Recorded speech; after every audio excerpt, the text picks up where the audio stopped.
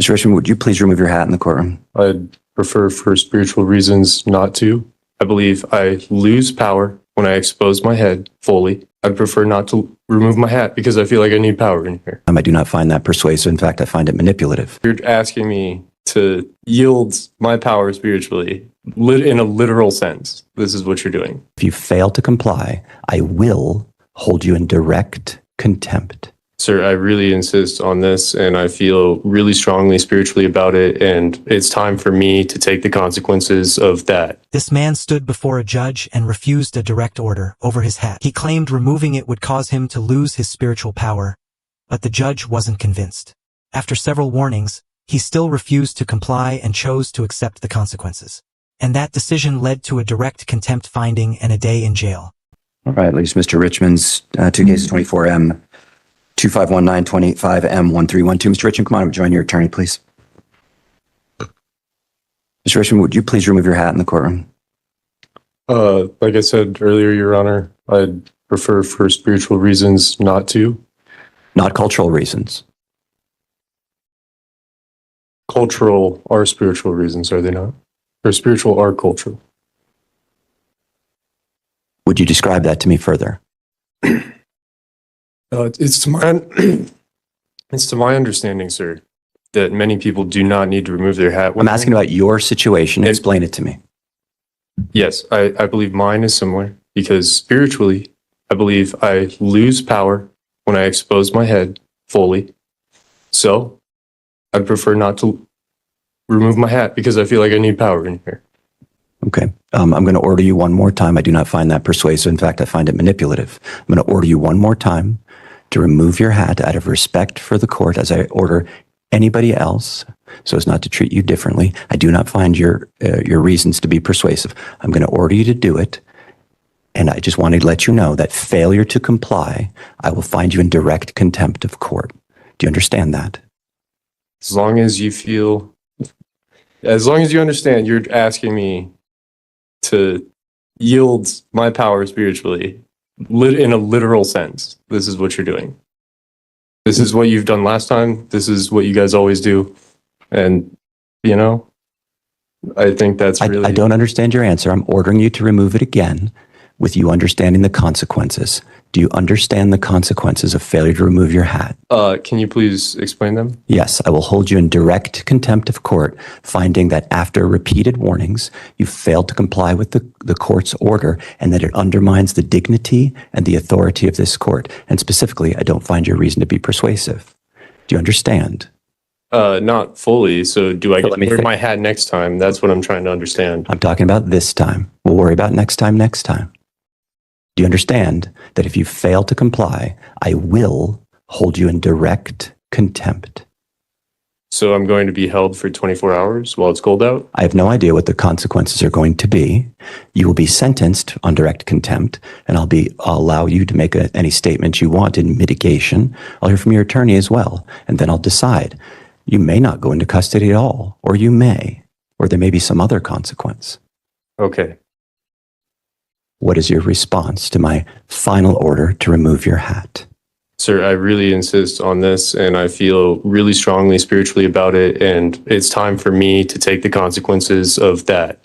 The court has now find that the defendant has been warned multiple times to remove his hat. He's been given sufficient notice and given a direct order, in fact, to remove his hat. He is explained, and the court finds it to be completely incredible, having even changed his explanation after talking with his attorney, explained his heartfelt, that's with air quotes, reason for not removing his hat. I find it to be incredible, manipulative, and in direct contempt of the court. I find that it undermines the authority and undermines the dignity of the court. I find that he does so intentionally.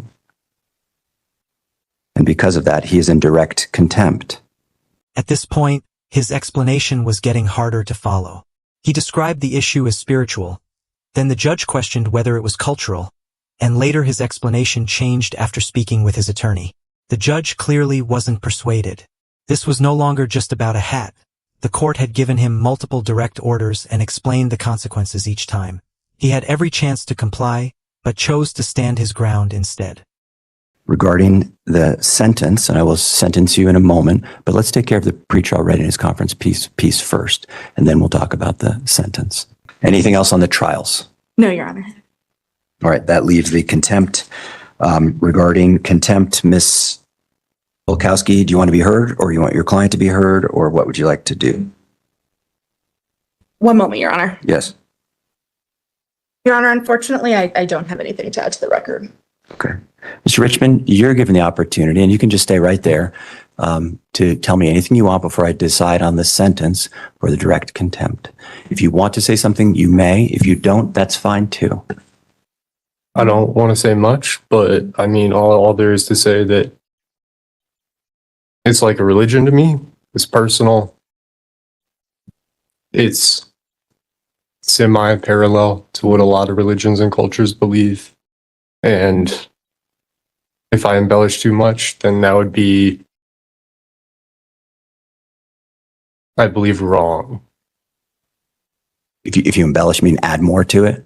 Yeah, like that is part of my belief. Okay, I got it. And that is part of, call it spiritual, religion, cultural. I don't care what you call it. Okay, thank you. I'm not going to call it anything. I will note that you are wearing a traditional black winter hat that shows no signs of any cultural or religious affiliation, nor have you identified any other than a personal belief that you would like to wear a hat to maintain power. Again, I don't find that to be persuasive, as I've already said. Court, again, finding the defendant to be in contempt, direct contempt of court. I'll sentence you to 1 day in the Boulder County Jail. I was considering longer, but I just need to communicate to you that you can't do this, so I don't want to keep you in jail longer. Plus, it's a snowy day, as you said. Perhaps it's not all that punitive based on what you said. So I'll sentence you to 1 day in the Boulder County Jail. Deputies, please. My bigger concern is that we're going to have a jury on Tuesday. I'd encourage you to reevaluate your position, because I do not want you to wear a hat in front of the jury. Yeah. And be be in direct contempt again. I don't want that to be disruptive, because here it's just us, but that has the potential to be significantly more disruptive to the proceedings. You don't have to say anything about it at all. I just want to put you on notice that the rules remain the rules. You could talk to Ms. Bukowski about it if you want. You could say something too, but I just might be better to think about it and then talk to Ms. Bukowski. Yes. Yes, thank you.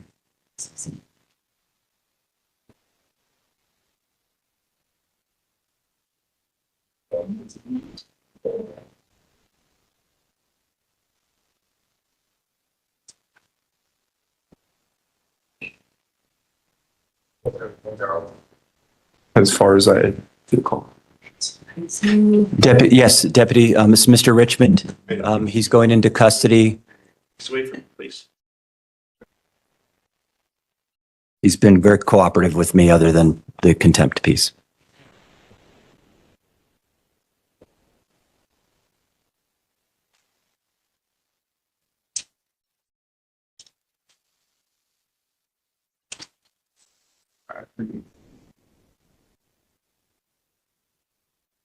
And so the record's clear. In the end, the hat wasn't the real issue. The refusal to follow a direct court order was. After multiple warnings, the judge found him in direct contempt and sentenced him to 1 day in the Boulder County Jail. But the bigger warning came next. The judge told him he would be facing a jury on Tuesday and urged him to reconsider. If the same confrontation happens in front of a jury, the consequences could be far more disruptive. So what do you think? Will he finally follow the court's rules? Or are we about to see the same standoff all over again? Let me know in the comments, and don't forget to like and subscribe.